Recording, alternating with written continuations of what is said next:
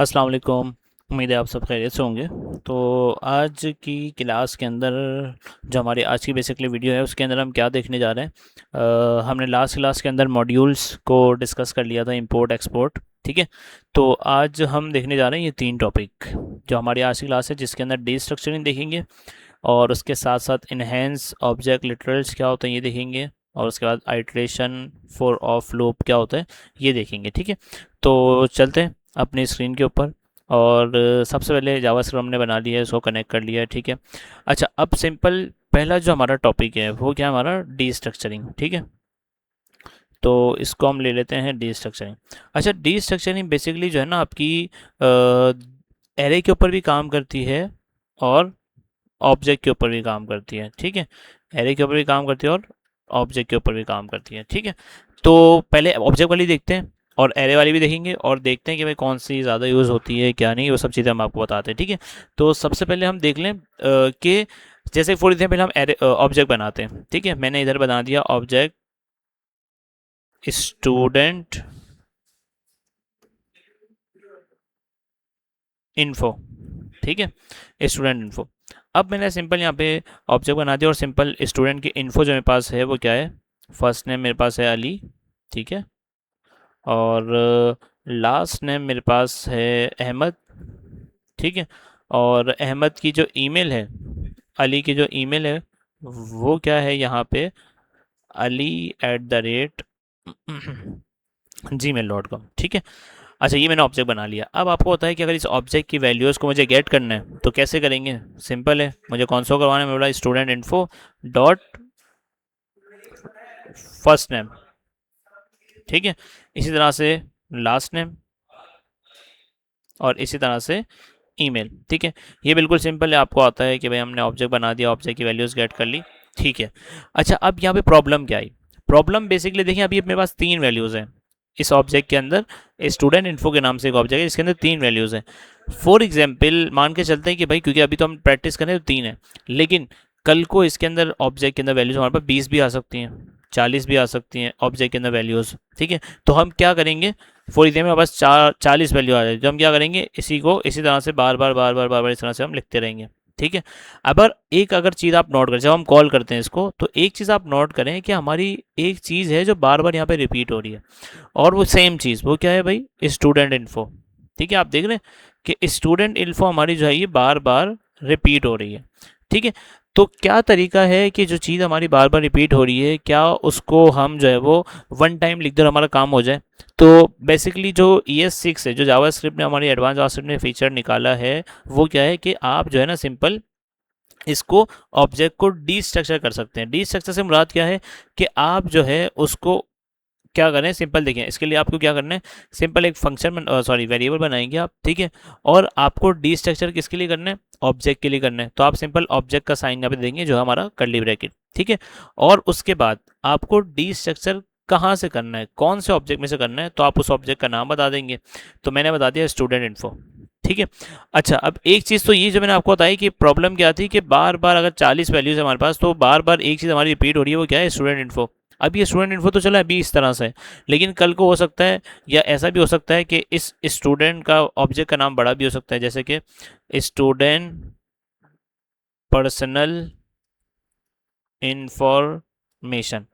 अब क्या बार बार आप ये इस तरह से बड़ी बड़ी वैल्यूज़ पे बार बार आपको ऑब्जेक्ट को student personal information dot name, फिर फादर नेम, फिर क्लास, फिर CNIC, फिर एज, फिर जेंडर, ये मतलब इतनी सारी आप चीज़ें बार बार जब करेंगे तो आपको बार बार स्टूडेंट इन्फॉर्मेशन बार बार लिखना पड़ेगा और एक ही काम बार बार रिपीट हो रहा है। तो जो डी स्ट्रक्चरिंग है वो हमें क्या सिखाती है, वो हमें कहती है कि भाई आपको बार बार चीज़ें लिखने की ज़रूरत नहीं है। आप सिंपल क्या करें, आप सिंपल इसको डिस्ट्रक्चर कर लें। अब डिस्ट्रक्चर किस तरह से, आपने वेरिएबल बना दिया, अगर ऑब्जेक्ट डिस्ट्रक्चर करना है तो आप सिंपल ऑब्जेक्ट का जो साइन होता है कर्ली ब्रैकेट वो लिखेंगे, इक्वल टू, और किस ऑब्जेक्ट में से आपको चीज़ें डिस्ट्रक्चर करनी है, तो मैंने कह दिया भाई स्टूडेंट स्टूडेंट पर्सनल इन्फॉर्मेशन। ठीक है। अब क्या हुआ भाई, वन टाइम मैंने इसको लिख दिया, अब मैं इन सारी चीज़ों को कर देता हूँ बंद। अच्छा, आपको पता है कि इससे हमारे पास डेटा जो है वो आ जाएगा। अच्छा, ये चीज़ें मैं हटा देता हूँ बार बार जो मैंने लिख दिया। ठीक है। इससे आपको होता है कि हमारा डेटा पहले आ जाता, या बल्कि इसको चला के चेक कर लेते हैं कि मैं तीनों को वापस यहाँ पे, ठीक है, और इसको हम बंद कर देते हैं। अगर इसको चला के देखें हम और ये रीलोड किया, अली भी आ गया, अहमद भी आ गया और उसकी जीमेल भी आ गई। ठीक है, अब देखें हो क्या रहा है कि भाई बार बार मुझे ये चीज़ें करनी पड़ेगी, लेकिन डी स्ट्रक्चरिंग हमें क्या सिखाती है कि आप सिंपल जिस ऑब्जेक्ट को आपको डी स्ट्रक्चर करना है आप इस तरह से फॉर्मेट बना दें उसका, और उस ऑब्जेक्ट के अंदर आपको वो सारी वैल्यूज़ मिल जाएंगी जो आपने इक्वल टू करके बताया हुआ है। ठीक है, अब उस ऑब्जेक्ट के अंदर जो जो वैल्यूज़ है वो आपको मिल जाएंगी, जैसे कि उसके अंदर क्या है भाई, फर्स्ट नेम, फिर उसके बाद लास्ट नेम और फिर उसके बाद ईमेल। ठीक है, तो ये क्या है कि आपको इसने क्या कर दिया, अब आपने डायरेक्ट उस ऑब्जेक्ट में से डायरेक्ट उस वैल्यूज़ को निकाल लिया। अब सिंपल आप क्या कर सकते हैं कि आप सिंपल इसको डायरेक्ट यूज़ कर सकते हैं। अब आपको ये स्टूडेंट पर्सनल इन्फॉर्मेशन ये बार बार लिखने की जरूरत नहीं है। आप सिंपल फर्स्ट नेम जब भी आपको चाहिए आप फर्स्ट नेम लिखें, आपके पास फर्स्ट नेम जो है वो यहाँ पे शो हो जाएगा। ठीक है, अगर अच्छा फर्स्ट नेम आपको अभी एक दफ़ा चाहिए लेकिन पूरी फाइल के अंदर हो सकता है आपको 4-5 दफ़ा चाहिए, तो आपको ये भी होता है ना कि ऑब्जेक्ट का नाम बड़ा है तो आपको याद ही नहीं, अब हो सकता है पूरी फाइल के अंदर 100 ऑब्जेक्ट बने हुए हो, ठीक है, या 50 ऑब्जेक्ट या 20 ऑब्जेक्ट बने हो, अब सबके नाम तो आपको याद नहीं होंगे, तो फिर आप इस तरह से उसको डिस्ट्रक्चर करके, लेकिन देखिए हर ऑब्जेक्ट के अंदर चीज़ें अलग अलग होगी ना आपके पास, किसी के अंदर फर्स्ट नेम लास्ट नेम क्योंकि स्टूडेंट की इन्फॉर्मेशन है, हो सकता है स्टूडेंट की एकेडमिक इन्फॉर्मेशन हो तो उसके अंदर उसका डेटा स्टूडेंट की इन्फॉर्मेशन है लेकिन एकेडमिक है, मतलब वो कौन सी क्लास में है, क्या उसका ग्रेड बना है, ये सारी चीज़ें अटेंडेंस से रिलेटेड चीज़ें, वो सारी चीज़ें आप मतलब मल्टीपल चीज़ें हो सकती है। ठीक है, अटेंडेंस का आप अलग बना रहे हैं, फिर स्टूडेंट के फैमिली इन्फॉर्मेशन वो अलग ऑब्जेक्ट के अंदर लिख रहे हैं, तो बहुत सारी चीज़ें हो सकती हैं। ठीक है, अब मल्टीपल ऑब्जेक्ट है, अब कहाँ पे आप स्टूडेंट को ढूंढते रहेंगे, तो आप सिंपल क्या कर सकते हैं उसको वन, जैसे आप ऑब्जेक्ट बनाते हैं ना, तो आप क्या कर सकते हैं उस ऑब्जेक्ट के अंदर से चीज़ों को डिस्ट्रक्चर कर सकते हैं। ठीक है, अच्छा अगर मैंने फर्स्ट नेम यहाँ पे ले लिया, अगर मैं यहाँ पे ईमेल को मंगवा लूँ, ठीक है, तो मेरे पास ईमेल भी यहाँ पे शो हो जाएगी। ठीक है, तो इस तरह से, अच्छा अब इसमें ऐसा नहीं है कि आप बोलें कि सर फर्स्ट नेम है फिर लास्ट नेम है फिर ईमेल है, अगर मैं यहाँ पे ईमेल पहले कर दूँ और फर्स्ट नेम बाद में कर दूँ, तो फर्स्ट नेम के अंदर फर्स्ट नेम ही आएगा और ईमेल के अंदर ईमेल ही आएगी। ठीक है, क्योंकि हमने ऑब्जेक्ट की कीज़ को यहाँ पे निकाल लिया है, अब उस की के अंदर जो वैल्यू होगी आपके पास वो आ जाएगी। ठीक है, ऐसा नहीं कि आपने फर्स्ट पहले ईमेल लिख दी तो आपके पास अली आ जाएगा उसके अंदर, नहीं, ईमेल क्योंकि की है तो की हमने यहाँ पे डिस्ट्रक्चर कर लिया। अब जब भी आपको ईमेल की पूरी फाइल के अंदर ज़रूरत होगी आप सिंपल ईमेल यूज़ करेंगे, ना कि आप student personal information dot email करेंगे। ठीक है, और इससे भी बड़ा भी नाम हो सकता है ऑब्जेक्ट का। ठीक है, तो ये हमारा डिस्ट्रक्चरिंग क्या करता है, हमारा काम आसान कर देता है, बार बार हमें जो चीज़ें रिपीट हो रही होती है उससे हमें बचा लेता है। और अब पूरी फाइल के अंदर जब भी हमें फर्स्ट नेम चाहिए होगा हम सिंपल फर्स्ट नेम करेंगे, हमें अब ये वाली चीज़ हमें बार बार लिखने की ज़रूरत नहीं है। ठीक है, अच्छा अब ये ऑब्जेक्ट वाला था तो ये हमारा काम इसने ES6 में डिस्ट्रक्चरिंग ने हमारा काम आसान कर दिया। ठीक है, रिपीटेड कोड बार बार जो है हम ना लिखे। ठीक है, अच्छा एक तो ये तो हमने कर लिया ऑब्जेक्ट के साथ, अब एरे के साथ किस तरह कर सकते हैं, तो सिंपल यहाँ पे हम एरे बना लेते हैं, मैंने इसको बोल दिया है एरे। ठीक है, इसको हम बोल देते हैं सिटीज़। ठीक है, और सिटीज़ के अंदर हम यहाँ पे इसको बोल देते हैं कि आपके पास एक है कराची आ गया, ठीक है, लाहौर आ गया और लास्ट हम कर देते हैं पिंडी आ गया। ठीक है, अब मुझे क्या करना है, मुझे इसको डिस्ट्रक्चर करना है। ठीक है, तो इसको डिस्ट्रक्चर किस तरह करेंगे, सिंपल आप लेट वेरिएबल बनाएं और आपको अब डिस्ट्रक्चर किस में से करना है, एरे में से। तो पहले हम ऑब्जेक्ट कर रहे थे तो हम ऑब्जेक्ट यूज़ कर रहे थे, ऑब्जेक्ट का साइन यूज़ कर रहे थे, यहाँ पे हम एरे को डिस्ट्रक्चर कर रहे हैं तो हम सिंपल एरे का साइन यूज़ किया, और कौन से एरे में से आना चाहिए तो हमने इक्वल टू बता के बोल दिया सिटीज़ के जो एरे उसके अंदर से आप डिस्ट्रक्चर कर लो। अब सवाल यहाँ पे ये बनता है कि सर यहाँ तो कीज़ है नहीं, तो अब कैसे ये डिस्ट्रक्चर होगा, तो यहाँ पे देखें ऑब्जेक्ट की आपको यहाँ पे क्या होती है कि आप यहाँ पे कोई भी नेम लिख सकते हैं। ठीक है, जैसे मैंने सिंपल यहाँ पे लिख दिया ABC। ठीक है, इसका मतलब ये है कि जो कराची है वो कहाँ पे आके बैठ जाएगा, इस वेरिएबल के अंदर जो हमारा A है। ठीक है, लाहौर हमारा B के अंदर आ जाएगा और पिंडी हमारा C के अंदर आ जाएगा। अगर थोड़ा सा इसको हम चला के देख लें, मैंने बोला A, B, C, तो देखते हैं हमारे पास क्या शो होता है। ये देखिए भाई कराची लाहौर पिंडी। ठीक है, क्योंकि देखिए सिंपल हमने डी स्ट्रक्चर किस तरह किया है कि अब हमारे पास यहाँ पे एरे के अंदर कीज़ नहीं है। ठीक है, तो हम किस तरह कर सकते हैं कि हम उसको जो भी नाम दें, जैसे मैंने फॉर एग्जांपल ABC, अच्छा अगर मैं एक काम यहाँ पे ये कर दूँ, यहाँ पे इसको मैं C कर दूँ, यहाँ पे A कर दूँ और यहाँ पे मैं B कर दूँ, तो अब मुझे बताएं कि अगर मैं इसका प्रिंट करवाता हूँ इसको, तो मेरे पास B के अंदर क्या आएगा, C के अंदर क्या आएगा और A के अंदर क्या आएगा। ठीक है, तो बी के अंदर ऐसा नहीं है कि भाई बी है तो बी के अंदर लाहौर ही आएगा, नहीं, आपको ये वाली सीक्वेंस फॉलो नहीं करनी। देखिए नाम कुछ भी हो सकता है, मैं यहाँ पे नाम इसको दे देता हूँ अली, अहमद, फराज। ठीक है, तो अब अली के अंदर कौन सी वैल्यू आएगी, कराची वाली। ठीक है, मतलब ये सीक्वेंस फॉलो कर रहा होगा। ठीक है, जरूरी नहीं है कि ए बी सी, नहीं, आप कोई भी नाम रख सकते हैं। बस ये क्या करेगा, जो फर्स्ट नाम अपने ऐड किया वो फर्स्ट वैल्यू उसको असाइन हो जाएगी, सेकंड वैल्यू सेकंड वाले को, थर्ड वैल्यू थर्ड वाले को। अगर मैं इसको चला के आपको दिखा दूं, अली, सेकंड अहमद, और थर्ड जो है आपका फराज। तो अब देखिए, पहले हमारे पास क्या आ जाएगा, कराची, लाहौर और पिंडी। ठीक है, सेम वही आउटपुट आ रहा है। ठीक है, तो ये सारी चीज़, ये मतलब ये हमारी जो कहलाती है वो कहलाती है एरे डिस्ट्रक्चरिंग। ठीक है, तो एरे डिस्ट्रक्चरिंग, अब इससे देखो होगा कि हमें, अगर हमें एरे की वैल्यूज अगर निकालनी होती थी तो हम कैसे निकालते थे पहले, सिटीज़ 0, पिस्तानी सिटीज़ 1, सिटीज़ 2, तो इस तरह से हम निकालते रहेंगे। तो फिर हमारा ये भी क्या है कि बार बार एक चीज़ को रिपीट करना है, तो हम सिंपल उसको डिस्ट्रक्चर कर लेंगे। और हमें पता है कि भाई अली के अंदर मुझे कराची मिल जाएगा, ठीक है, और लाहौर मुझे कहाँ मिल जाएगा, अहमद के अंदर। तो मैं सिंपल क्या करूँगा, बार बार, अब मुझे इंडेक्स नंबर भी याद करने की जरूरत नहीं है कि भाई 0 पे अली था, 1 पे ये था, 2 पे ये था, तो आपको फिर 0 1 2 याद करना पड़ेगा। तो इससे अच्छा क्या है, आप सिंपल उसको डिस्ट्रक्चर कर लें, और जब भी आपको कराची का यूज़ करना है आप सिंपल अली को कॉल करें, आपके पास कराची आ जाएगा। ठीक है, तो आपको बार बार ये याद नहीं करना पड़ेगा कि सिटीज़ एरे 0 करूँगा तो कराची आएगा या 1 करूँगा तो कराची आएगा। आपने सिंपल उसका नाम लिख दिया और उसको एक वेरिएबल, मतलब समझिए कि आपको एक वेरिएबल के अंदर सेव हो रही है चीज़ें। ठीक है, और आप उसको जब चाहे कॉल कर लें उसको। ठीक है, तो ये हमारी एरे डिस्ट्रक्चरिंग है। ठीक है, तो एरे और ऑब्जेक्ट। अच्छा, अब इसमें से दोनों में से ज़्यादा यूज़ कौन सी होती है, तो ज़्यादातर जो यूज़ होती है वो ऑब्जेक्ट वाली यूज़ होती है। ठीक है, ऑब्जेक्ट डिस्ट्रक्चरिंग, लेकिन एरे भी यूज़ होती है, लेकिन as compare to object, object बहुत ज़्यादा यूज़ होती है। ठीक है, तो हमने दोनों चीज़ें सीख ली, ताकि कोई भी हमें यूज़ करनी हो इन फ्यूचर तो हम यूज़ कर सकते हैं जावास्क्रिप्ट के अंदर। ठीक है, अच्छा, अब पहला टॉपिक हमारा यहाँ पे कंप्लीट हो गया, जिसको हम कहते हैं डिस्ट्रक्चरिंग। दूसरा टॉपिक हमारा है इनहेंस ऑब्जेक्ट लिटरल। अच्छा, ये क्या होता है, ये भी सिंपल हमारी ऑब्जेक्ट से रिलेटेड ही चीज़ है एक, जिसको हम यहाँ पे शो कर लेते हैं। ठीक है, क्या है भाई, कि हमारी एक सबसे फॉर एग्जाम्पल यहाँ पे हम ऑब्जेक्ट बनाते हैं। ठीक है, मैंने इसको बना दिया ऑब्जेक्ट, और यहाँ मैंने ऑब्जेक्ट बना के सिंपल इसको यहाँ पे बोल दिया यूज़र नेम। ठीक है, और यूज़र नेम मैंने इसका बोल दिया जावेद। ठीक है, और इसकी एज जो है जावेद की, वो मैंने इसको बोल दिया 23। ठीक है, अब ये मेरा ऑब्जेक्ट बन गया। अगर मैं इसको यहाँ पे कंसोल करता हूँ, ठीक है, मैंने कंसोल करके देख लिया, तो आंसर सिंपल आपको होता है क्या आएगा, एक ऑब्जेक्ट आ जाएगा जिसके अंदर यूजर नेम जावेद है और एज 23 है। ठीक है, अब इनहेंस ऑब्जेक्ट लिटरल ये क्या काम करता है, देखिए फॉर एग्जाम्पल अगर मैं यहाँ पे आता हूँ ऊपर और यहाँ पे एक वेरिएबल बनाता हूँ यूजर नेम, और मैंने इसको यहाँ पे बोल दिया जावेद। ठीक है, और इसको कर देते हैं हम स्मिथ कर देते हैं। ठीक है, और एक और वेरिएबल बना दिया यहाँ पे जिसको मैंने कहा दिया एज, और एज क्या होगी स्मिथ की 45।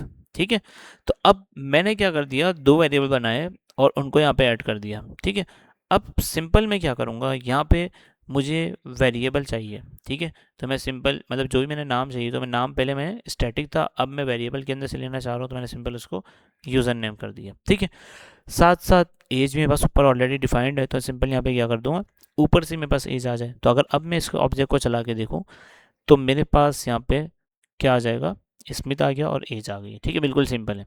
लेकिन जावास्क्रिप्ट क्या बोलती है कि अगर आपके पास ऑब्जेक्ट की और उसकी वैल्यू जहाँ से आ रही है उसका नाम अगर सेम हो तो आप उसको वन टाइम लिख सकते हैं। ठीक है, जैसे कि अब देखिए यूज़र नेम ऑब्जेक्ट की कीज़ भी सेम है और उसकी वैल्यू भी सेम है, तो आप सिंपल इसको वन टाइम लिख देंगे। ठीक है, इसी तरह एज, एज की भी ठीक है, मतलब सेम है, और वैल्यू जहाँ से आ रही है उसका वेरिएबल का नाम भी सेम है, तो आप इसको भी क्या करेंगे, वन टाइम लिख देंगे। ठीक है, तो अब भी अगर आप इसको चला के देखें तो देखिए मेरे पास आउटपुट बिल्कुल क्या आ रहा है, वही आ रहा है जो पहले आ रहा था। ठीक है, लेकिन अब हमने क्या कर दिया कि सेम जो नाम की कीज थी और वैल्यूज थी उसको हमने क्या कर दिया, वन टाइम कर दिया। तो हमारा जो ES6 का ये फीचर है इनहेंस ऑब्जेक्ट लिटरल, ये हमारा क्या काम करता है कि आप अगर एक ही नाम की और वैल्यू है तो आप उसको वन टाइम लिख सकते हैं। ठीक है, अच्छा, अगर यहाँ पे यूज़र नेम की जगह यहाँ पे एक की होती मेरे पास नेम की, फॉर एग्जांपल मेरे पास नेम है और नेम की है। ठीक है, तो मैं फिर यहाँ पे किस तरह देता है इसको यूज़र नेम, कि भाई नेम की मेरे पास की है। ठीक है, या इसको ऐसे कर लेते हैं, यूज़र नेम मेरे पास है, की का जो नाम है ना वो मेरा है, मतलब वैल्यू जहाँ से आ रही है वो है नेम। ठीक है, या इसको कर देते हैं STD, स्टूडेंट नेम कर देते हैं इसको। ठीक है, स्टूडेंट नेम। तो अब मुझे यहाँ पे, क्योंकि अब देखें वैल्यू उसकी चेंज है, तो अब यहाँ पे हम सिंपल किस तरह लिखेंगे, स्टूडेंट नेम। लेकिन अगर सेम होगी कि भाई स्टूडेंट नेम की भी है और स्टूडेंट नेम वैल्यू भी है, तो हम उसको वन टाइम लिखेंगे। लेकिन अगर अलग अलग है तो फिर उसको हम जिस तरह पहले ऑब्जेक्ट के अंदर लिखते थे वैसे लिखेंगे। तो अगर अभी हम चला के देखें तो देखिए यूज़र नेम और एज तो हमारे पास आएगा, और हमने सिर्फ वेरिएबल की वैल्यू, वेरिएबल का नाम चेंज किया है, तो आपके पास वैल्यू सेम रहेगी, ठीक है। लेकिन अगर, अब देखिए मैंने दोनों चीज़ें मैंने आपको बता दी कि अगर अलग अलग करेंगे, मतलब वैल्यू अलग है, मतलब कीज़ अलग है और उसकी वैल्यू अलग है, तो आप उसको जिस तरह हम लिखते आ रहे हैं वैसे लिखेंगे। लेकिन अगर दोनों की भी सेम है और वैल्यू भी सेम है जो वेरिएबल है, तो फिर हम उसको एक ही साथ ही मतलब वन टाइम लिख देंगे, तो हमारा इनहेंस ऑब्जेक्ट वाला काम ये टॉपिक जो है ये कवर हो जाएगा, ठीक है। तो ऑब्जेक्ट, क्योंकि देखिए ऑब्जेक्ट की वैल्यूज़ भी आपके पास मल्टीपल्स होती हैं, ठीक है। तो अगर ये तो मैं दो दो इसलिए आपको करवा रहा हूँ, सिर्फ हमारी प्रैक्टिस कर रहे हैं, हम चीज़ें सीख रहे हैं, ठीक है। तो इसी तरह से 10 हो 20 हो, तो ये हमारा काम तब आसान हो जाता है कि आपको मल्टीपल टाइम अगर दोनों चीज़ें सेम है तो हम बार बार लिखें, तो इससे अच्छा हम वन टाइम इसको लिख सकते हैं। तो इनहेंस ऑब्जेक्ट लिटरल हमारा ये काम कर रहा होता है, ठीक है। होपफुली ये भी समझ आ गया होगा आपको। अच्छा, लास्ट हमारा जो आज का टॉपिक बचा है वो है आइट्रेशन और आइट्रेटर्स और फोर ऑफ लूप, ठीक है। अच्छा, ये लूप है बेसिकली कि आपके पास देखें ये वाला, हमने अगर देखा जाए तो हमने जावास्क्रिप्ट के अंदर फोर लूप पढ़ा था, फिर वाइल लूप पढ़ा था और डू वाइल लूप पढ़ा था, ठीक है। अगर हम एक सिंपल एक काम करते हैं, ये ले लेते हैं यहाँ से ये वाली, या एक और नया एरे बना लेते हैं यहाँ पे लेट फ्रूट्स के नाम से, ठीक है। और यहाँ पे मैंने इसको बोल दिया भाई आपके पास हो जाए एक एप्पल, ठीक है, एक हो जाए आपके पास मैंगो, और एक हो जाए हमारे पास ऑरेंज, ठीक है। एक और ले लेते हैं भाई कीवी, ठीक है।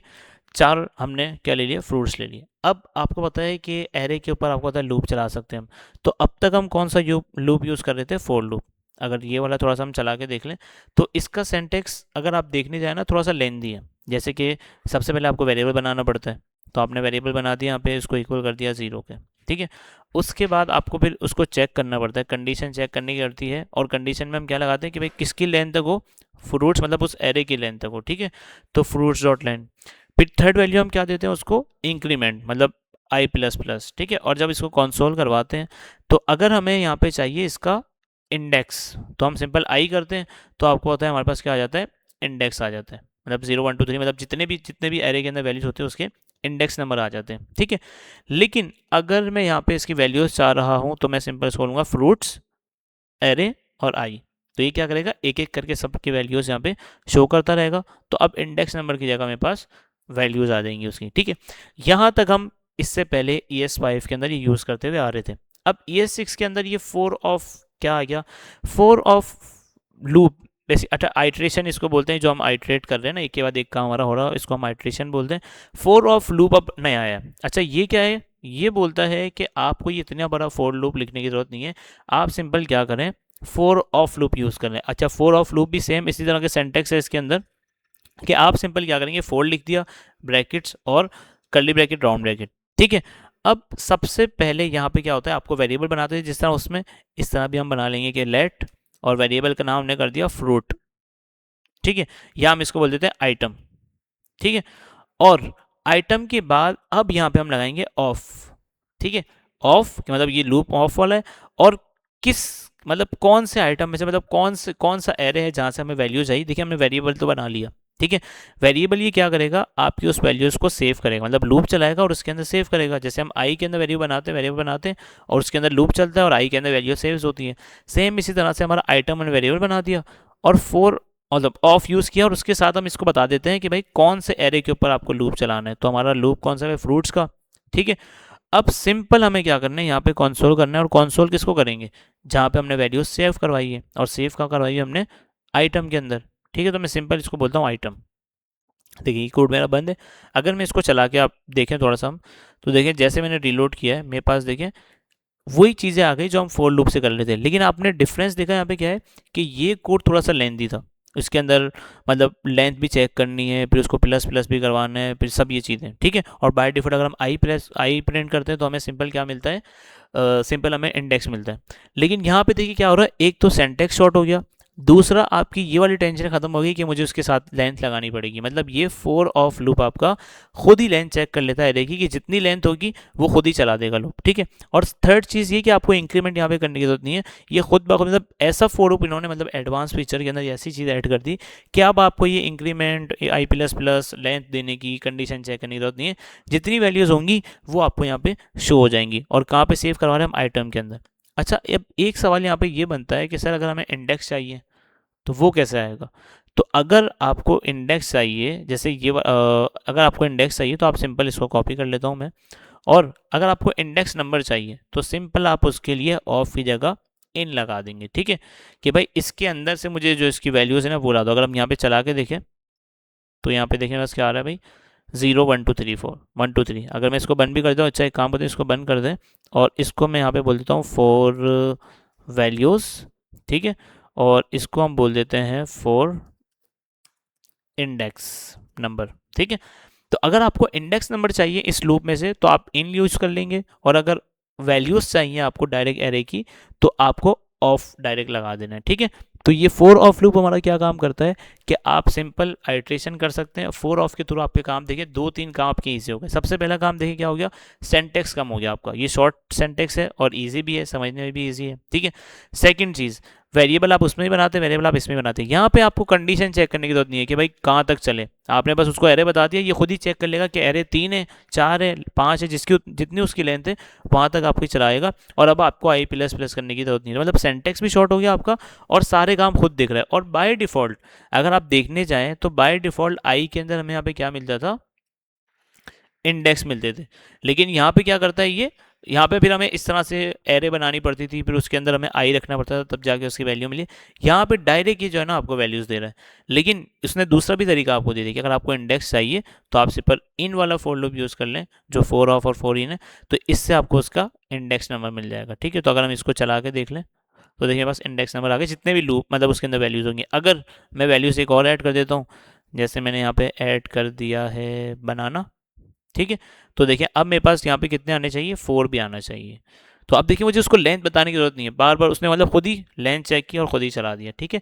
तो इस तरह से हम फोर ऑफ जो हमारा लूप है जो एडवांस फीचर के अंदर हमारा है वो हम इस तरह से यूज़ करते हैं, ठीक है। तो हमने आज जो 3 टॉपिक सीख ली, होपफुली सारी चीज़ें आपको समझ आ गई होंगी। डिस्ट्रक्चरिंग हमने देख लिया, ठीक है, कि हमारा ऑब्जेक्ट का जो लेंथी काम होता है उसको शॉर्ट कर देता है, ठीक है। सेकंड, ऑब्जेक्ट को इन्हेंस कर देता है, ऑब्जेक्ट इन्हेंस के भाई 2 बार 3 दफ़ा एक चीज़ प्रॉपर्टी लिखी है 2 दफ़ा तो उसको वन टाइम आप लिख सकते हैं, ठीक है। अच्छा, ये वाली चीज़ एरे के साथ भी चलती है और ऑब्जेक्ट के साथ भी चलती है, ठीक है, ठीक है। और ये भी हमने देख लिया, ये ऑब्जेक्ट के साथ चलती है हमारी इनहेंस वाली, और ऑब्जेक्ट की है ये जो हमारा टॉपिक है। और लास्ट जो हमारा फोर ऑफ लूप है ये भी आपका एरे के ऊपर चलता है, क्योंकि एरे की लेंथ के ऊपर चल रहा होता है, ठीक है। तो होपफुली आपको ये तीनों टॉपिक आज की क्लास के समझ आ गए होंगे, ठीक है। तो आज की क्लास में इतना ही, मिलते हैं नेक्स्ट क्लास में, तब तक के लिए अल्लाह हाफिज़।